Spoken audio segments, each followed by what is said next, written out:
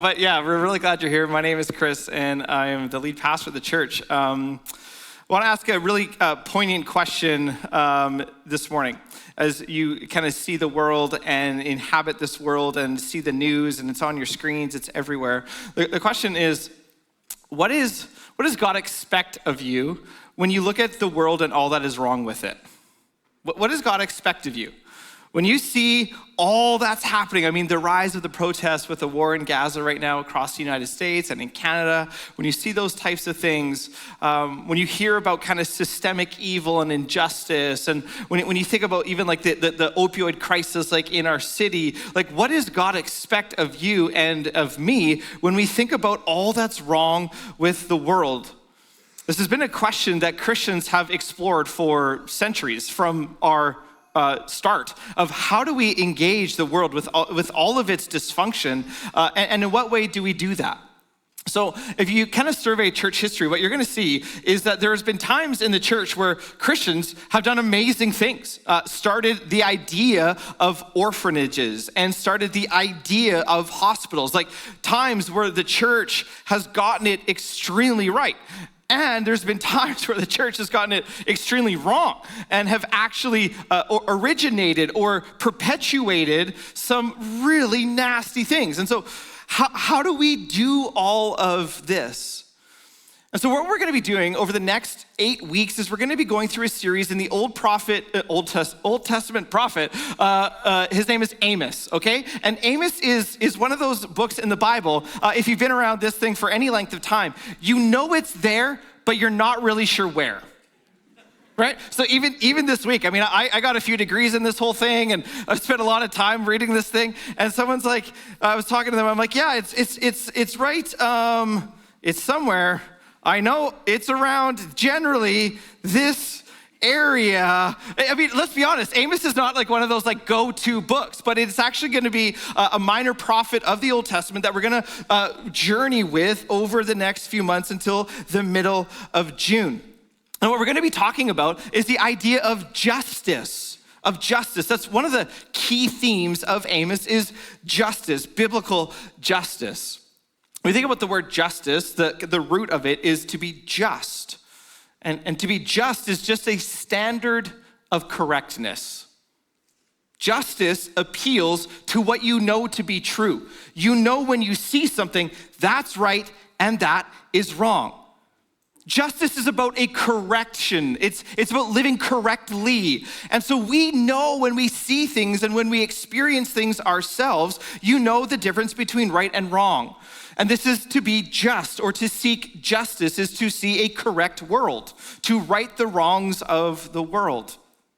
And this storyline is actually played out all over your screens and all over Hollywood. I mean, even the classic example and story of Robin Hood acts on this sense of justice. Robin Hood fights the sheriff and his crippling taxes. He gathers a band of warriors to fight the corruption, and this is pursuing justice, a standard of correctness that you just intuitively know. You intuitively know.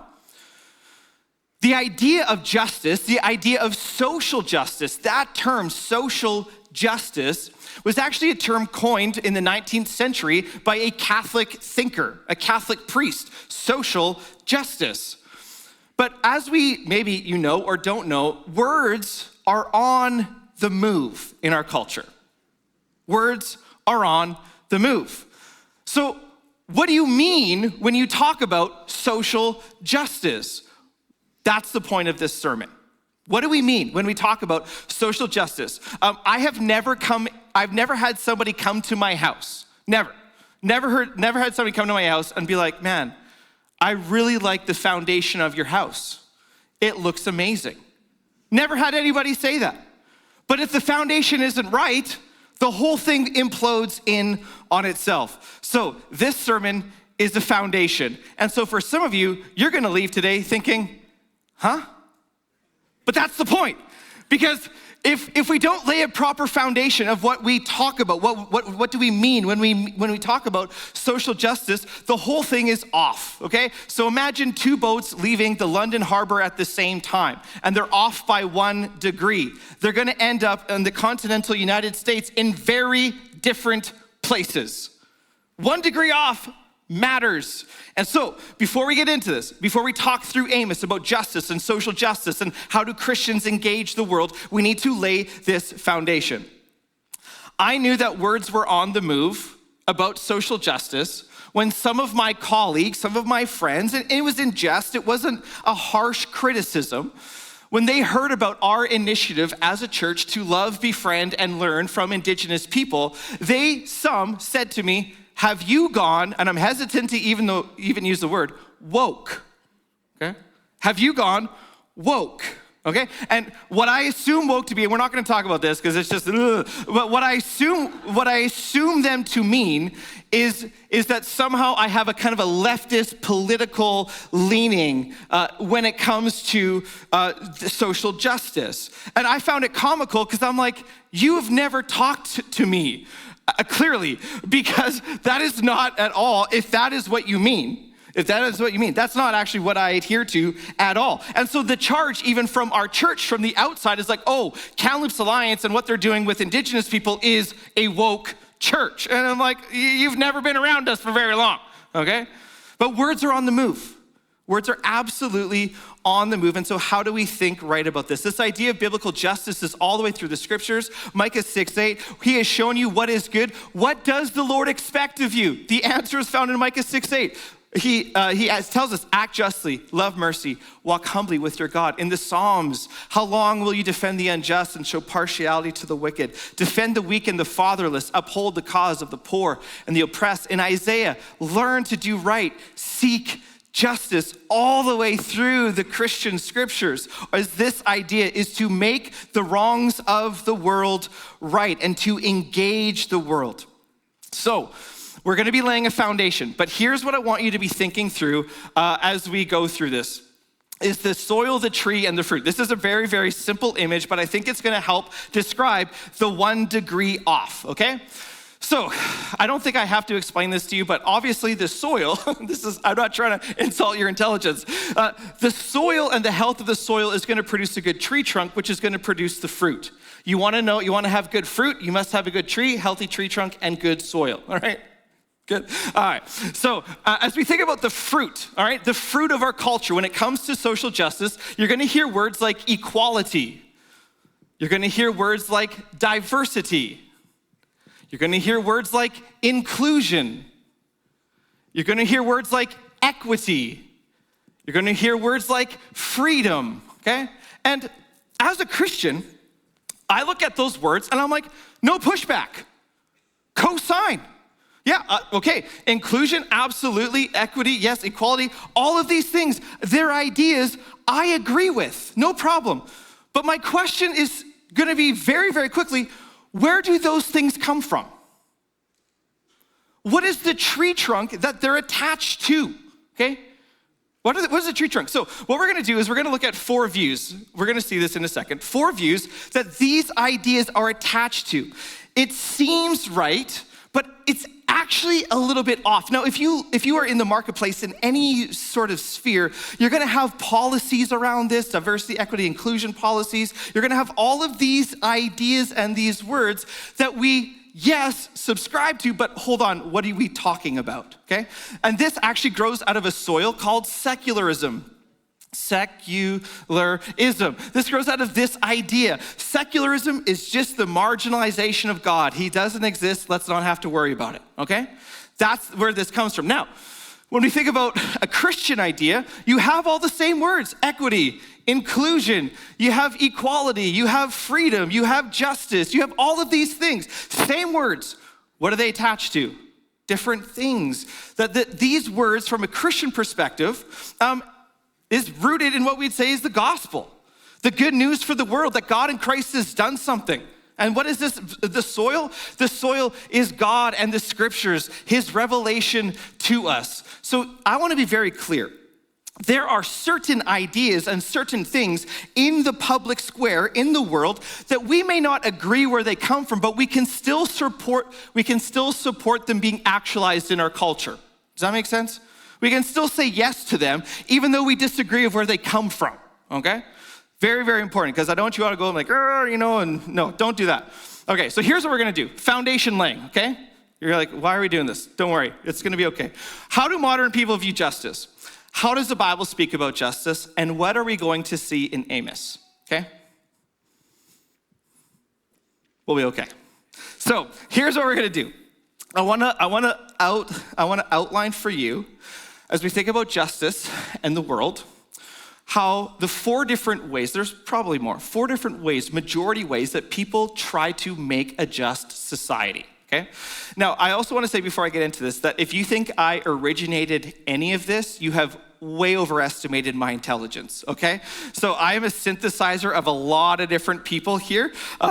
If you want to read a good book, it's Generous Justice by Tim Keller. He does great work on this, okay? So don't think I'm this smart. I'm not. Just ask my family. They're sitting in the front row, okay? So here is the schema, okay? These 2 views talk about individualism. This is a just society. A correct society is all about me, individualism and freedom. On this side, these 2 views are all about us, a collectivist society, okay? Let me lead you through this, all right? If you get lost, I will sum this up at the end so you can re-engage, okay? I will try to make this very accessible for you. Again, foundation laying. Individualism is that you are wholly the product of your individual choices, okay? So on this far end is a libertarian view of what a just society looks like. And a just society here is all about freedom, freedom to do what you want. A very small government, an unregulated free market that is highly individualistic. Small government, big people, okay? So what this means is simply this. Your life is the outcome of your individual choice and effort. If you can dream it, you can do it, all right? With the right amount of effort and education, you can blast through any obstacle in your way. Now, as a Christian, I would say there are pluses and negatives to all of these things. There are some ideas that I would say, sure, other ideas that I would push back on. For a libertarian view, lots to agree with, some of it, no. The problem, one of the problems, is as a Christian, I would say the problem with the libertarian view is actually we belong to God and not ourselves, all right? So you want to talk about freedom? Let's define freedom. It's not freedom to do what I want. It's actually freedom to love God and be the type of person that God wants me to be. The next one is a liberal view. Now, before you send me any emails, okay, I am not talking about the party or its leader federally, okay? I see the stickers on your trucks, okay? So don't email me. That's not what I'm talking about. All right, I'm talking about the liberal project, okay? This is Western democratic liberal society, which is what we predominantly live in today. This idea is justice is about being fair. It's about human rights and the entitlements to people. Where a libertarian view wanted a small government, a liberal understanding says, let's have a bigger government. Where the government is providing healthcare and education and all of these entitlements to every single person. Human rights are at the basis of this liberal democratic society, and that human rights just become the bare-line standard for everything. In this type of world, there isn't a shared moral compass, and so everybody's believing different things. You are free to live your best life. Go for it. It is up to you. Again, lots to agree with. Dignity and care for all, a Christian idea, check, check, check, check, check. Here's the problem, and this is what you see all the time on your feeds. Who decides what human rights gets prioritized and acknowledged? Because everyone's fighting for this, all of these groups fighting for the same money, fighting for the same power, fighting for the same. Who decides, what is the arbiter of whose human rights actually get acknowledged, okay? Now, These two are all about me, libertarian and liberal. These two are all about us. And this is, the third one, is a utilitarian view. And this is all about happiness. We want to be happy. And so again, lots in the Christian worldview that says happiness is good. We want people to be satisfied.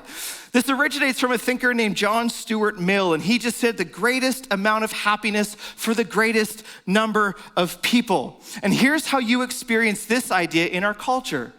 If it makes me happy and it doesn't hurt anybody, why can't I do it? If it just makes me happy and doesn't hurt anybody, why can't I do this? The other way that this shows up in your world is you'll hear there's a new poll. We polled people. And the new poll says this, that before a majority of people believed that X was wrong. We've now polled people and their whole moral compass has changed, and that behavior that was X is now seen as a good thing. Therefore, this thing is now okay, right? This is what makes people happy, and so why would we stop this? In this idea, the majority opinion wins and not the individual. It's the majority who decides what is a just and correct society, and it's all about happiness. Here's just one problem. What if the majority of people think that adultery is what makes me the most happy? How do we decide against what makes people happy? Some things that make you happy shouldn't. And so what do we do in this type of world? Finally, and most prominently probably in our moment, is this idea of a postmodern view of what a just society looks like. This is about power. It's about us. It's not about the individual, it's about us. And so a just society subverts the power of the dominant group in favor of the oppressed, okay? The originator, lots of different thinkers that have brought us to this point, but the originator is a guy and a philosopher named Karl Marx, reimagined by something called critical theory in the 1920s, and now distributed widely in our world. And it is about, the baseline is about power. That everything is determined about conditions beyond your control or doing. That you are born into an unjust society and that's just the way it is and you have to figure it out. That at the bottom of this world exists power. And so if we can just get the minority groups the same power as the majority groups, everything will be okay. That's the idea behind this. And intrinsic to this model is the idea that the more marginalized you are, the more accurately you see the world.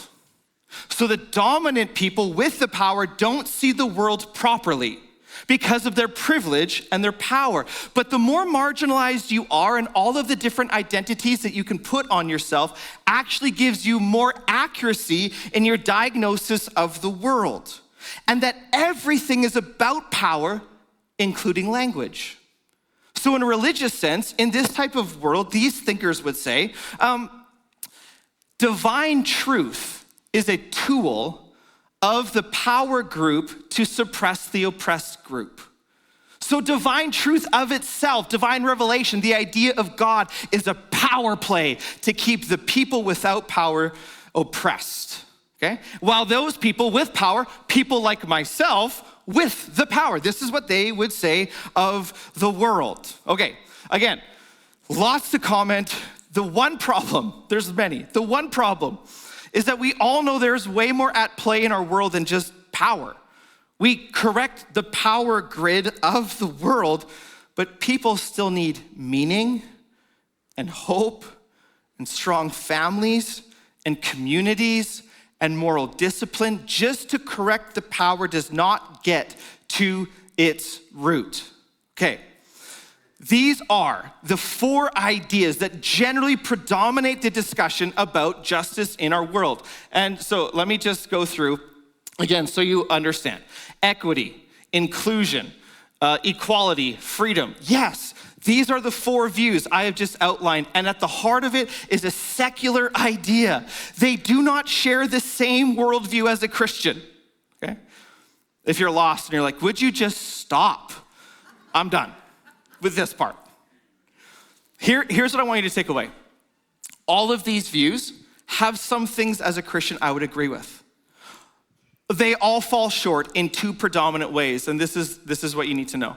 All of these views presume that God doesn't define justice. He just doesn't exist. So we do.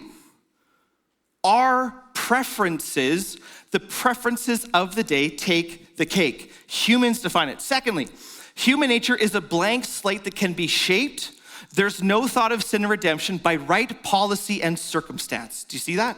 That there is a pride, a hubris in these views that with the right concoction of political power and policy, we can bring this utopia, this perfect world, this amazing society. We can actually build it ourselves. And that is so opposed to a biblical view of the world. All right. So I've tried to show you how these ideas are good, but they are not a Christian idea. I want to now just lead you through, how does the Bible speak about social justice, or about justice in general? I'm going to give you 6 things. There's way more. Okay, this is not exhaustive, but I think they help root us and maybe provide us a counter story to what I just presented to you. All right, the first one is I am responsible. Biblically, I am responsible to give what God has given to me. Deeply biblical idea. If I have met the grace of Jesus Christ on the cross, the grace given to me will make me a just person. Because I've realized all that is held against me in sin, that I have been forgiven, that I get what I do not deserve. And so that changes the human heart then to be a giver to other people. What's the need? Tell me about it. I want to meet it. Why? Because God in Christ has met my greatest need. Okay? That's the basis. And so this is from a quote from Bruce Waltke. It just summarizes: the righteous are willing to disadvantage themselves to advantage the community. The wicked are willing to disadvantage the community to advantage themselves. Okay? That grace will make you just. It has to. And if it doesn't, I want to ask, do you understand the grace of Jesus? There may be an incongruence there. Okay? Secondly, one more. If in this way, what is important to say is with whatever God has entrusted to me. So the phrase is, it's not equal gifts, but it's equal sacrifice. Because for some, he's entrusted us with a lot. For others, he's entrusted us with not as much. Whether it's time, people, financial resources, whatever it is. Equal gifts, not equal sacrifice, not equal gifts. Number 2, everyone must be treated equally and with dignity. That is a deeply, profoundly biblical idea. Whether you are living here or in the Middle East, whether your skin is this color or that color, whether you make this or that, whether you can have physical cognitive abilities that can do this or that, whatever it is, this idea is so biblical. And it is the impetus and the catalyst for all the justice that we do in the world, that every single person matters so deeply to God. And we have to go and get into those margins and those places that are unfair, that are disadvantaged, to correct them. Why? Because people matter to God. Why? Because they're made in his image. And this is from Genesis 1. God created mankind, man and woman, in his image. In the image of God, he created them. And so I just want to say, and I always try to point this out, that the idea of our society, a liberal democratic society, the idea of human rights is a thoroughly Christian idea. To do justice, if you, maybe you're new to church, this is like your first time here, you're like, what in the world have I gotten into? I would just simply say your takeaway potentially from this weekend is the idea, if you believe that every single person demands respect and dignity no matter who they are, you are borrowing from Christianity. That's a thoroughly Christian idea. There's a thinker, philosopher, his name is Luc Ferry. He's a French atheist philosopher. In his book, A Brief History of Thought, says this: to give one example, it is quite clear that in this Christian reevaluation of the human person, of the individual as such, the philosophy of human rights to which we subscribe today would never have established itself. But there is more. By resting its case upon a definition of the human person and an unprecedented idea of love, Christianity was to have an incalculable effect on the history of ideas. It's Christianity's contribution to the world. okay? The idea of human rights. And so this is so biblical and what we base our activities on. Number 3, this one's gonna rattle some cages. You can email me. Tim Busty works at Living Hope Alliance Church. And so you can just email Tim Busty. He was always my scapegoat, but he's not here anymore. Okay, I am sometimes, poor Tim, don't email Tim. He's a lead pastor. He doesn't need your email. I am sometimes responsible for and involved in other people's sins. Whoa. Okay. So if you feel uncomfortable right now, it's because you're a Western individual person. And you're like, I actually wasn't there. Don't blame me. 2 places in the Bible. Sometimes, it's not all the time, so sometimes. Daniel chapter 9, Daniel, you can read these for yourselves. Daniel repents for the sins committed by his ancestors, even though there is no evidence he personally participated in them. He takes ownership, okay? Second, 2 Samuel 21. God holds Israel responsible for injustice done to the Gibeonites by King Saul, even though he was dead. Okay? Do you see what he's saying? When I think of the history of Indigenous people in Canada and their relationship to the church. Okay? Oftentimes, depending on who you are, I'm not putting you in a box, but often one of the responses is, why are they blaming me? I wasn't there. Sometimes, biblically, we have to acknowledge that it was the same in the name of Jesus Christ that these things were done. And even though I was not there and my scope of participation is limited, I can still grieve, acknowledge, and respond to the evil that was done. Okay? So when we say I wasn't there, what we are doing is we are modeling the culture of individualism in our world.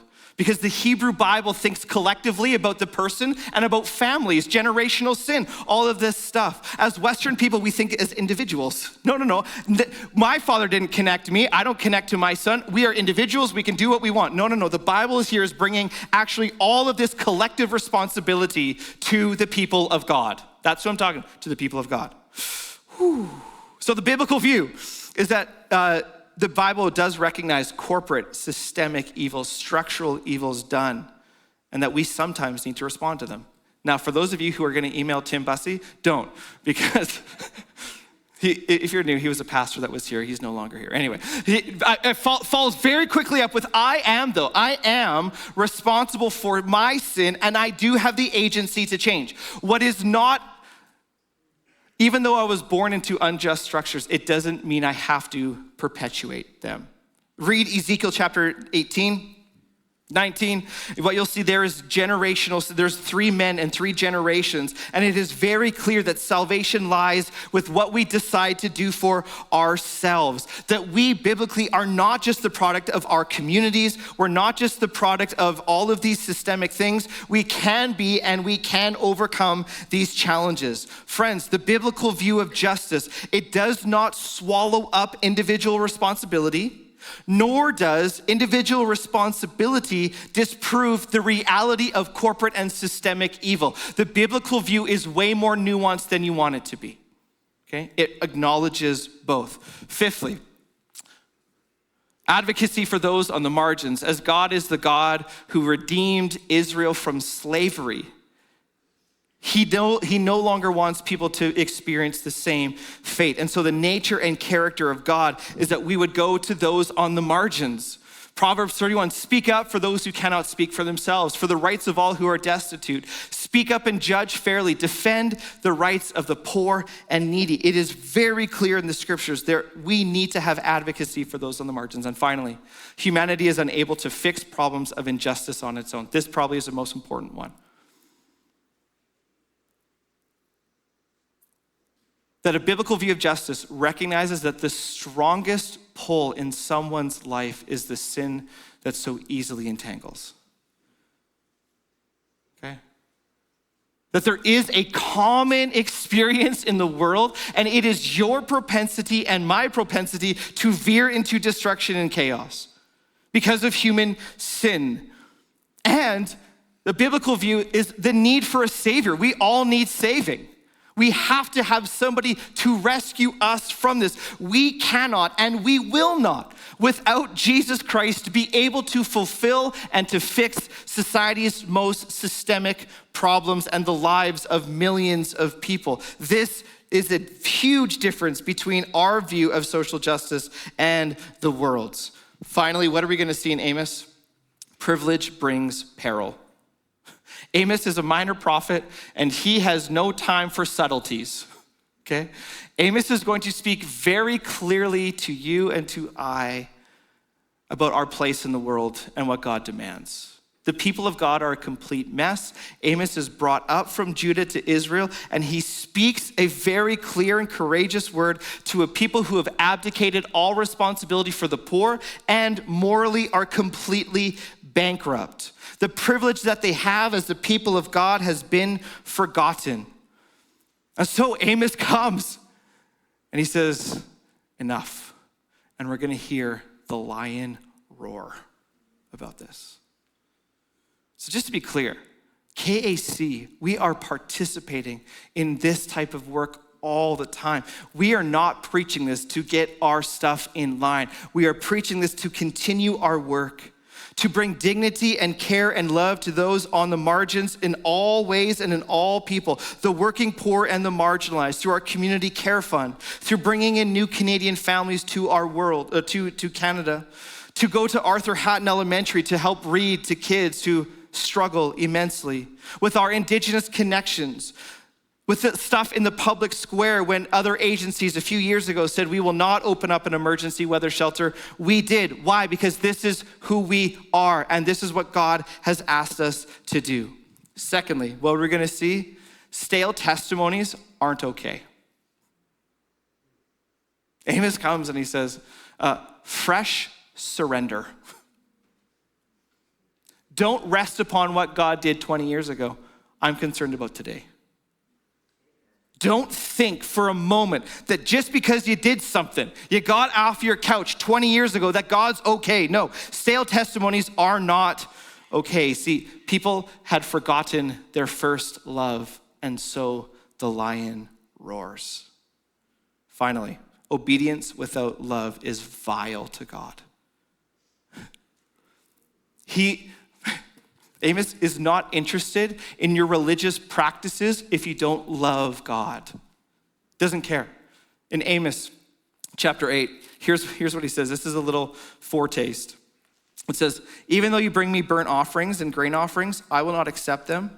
Though you bring choice fellowship offerings, I have no regard for them. Away with the noise of your songs. I will not listen to the music of your harps. Stop the show. That's what he's saying. So, you need to know before we get into Amos, you are loved no matter what, but it's going to be uncomfortable as we hear the lion roaring. So what? As I end, friends, one of the most important ways that the Bible informs our engagement of the world is through love. What happens often to the activist spirit who sees the injustices and evil of the world, it is all consuming for them. And so what ends up happening sometimes is cynicism and bitterness and anger and violence, because it's not born out of love. Our justice for those who have met the grace of Jesus is born out of love, originates, derives out of the soil of gospel-fueled love of God and the world, and we can engage freely in the world by and through love. And so, to end, I want to tell you a story of William Wilberforce. William Wilberforce was born in 1759 and arguably was the most successful social reformer of all time. He became a British parliamentarian at the earliest age possible, at the age of 20 years old. This was when chattel slavery was rampant and driving actually the world economy. Wilberforce was well known in social circles as he was in Parliament.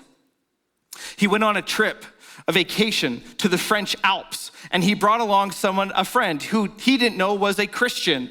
And this Christian repeatedly presented Jesus Christ to William Wilberforce. And after a lot of berating, Wilberforce finally gave in, and he called this the great change in his life. Now presented with Jesus and accepting Christ in his life, he thought that he had to get out of the public square, to get out of politics, because it was godless and because of its dysfunction. John Newton, the same guy who wrote Amazing Grace, How Sweet This Sound, talked to William Wilberforce and said, no, we need you there. We need you in the public square. Go and engage the world that God has made. And so 2 years after this, Wilberforce famously says, God Almighty has set before me two great objects, the suppression of the slave trade and the reformation of manners. He doesn't mean like eating steak correctly. What he meant was the abolishing of the slave trade, child labor, alcoholism, prostitution, and unfair public executions. He says this, so enormous, so dreadful, so I had trouble the first service. Irremediable, I didn't do that well. Did the trade's wickedness appear that my own mind was completely made up for abolition? Let the consequences be what they would. I, from this time, determined that I would never rest until I had effected its abolition. This was Wilberforce's life. 20 years into this project, slavery was abolished, and his entire life to his death, he continued to fight for the dignity of all people. What drove Wilberforce? A biographer of Wilberforce says this, Wilberforce was not religious. He had a relationship with God. He was driven by love, a love of God and love of the other, not just a sense of justice and right and wrong. This is a transformation of the human heart because of the grace of Jesus. May this be true of you and us as we are called to engage the world. Jesus, help us. Give us courage like Wilberforce, insight, perseverance like a Wilberforce. Lord, for some, we demonize people, we demonize the world.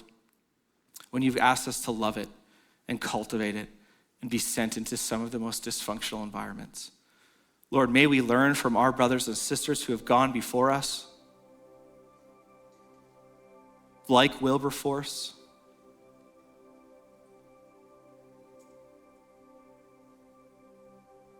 like Martin Luther King Jr., these people driven by love. God, and may the aroma of Kamloops Alliance Church and its people be sweet in our city because of what you're doing in our lives. That the fruit of KAC would not just be great worship services, but rather an engagement of your good world, to seek justice, to love mercy, and to walk humbly with you. God, make us these people for your kingdom's sake. In your name, amen. Let's stand and sing.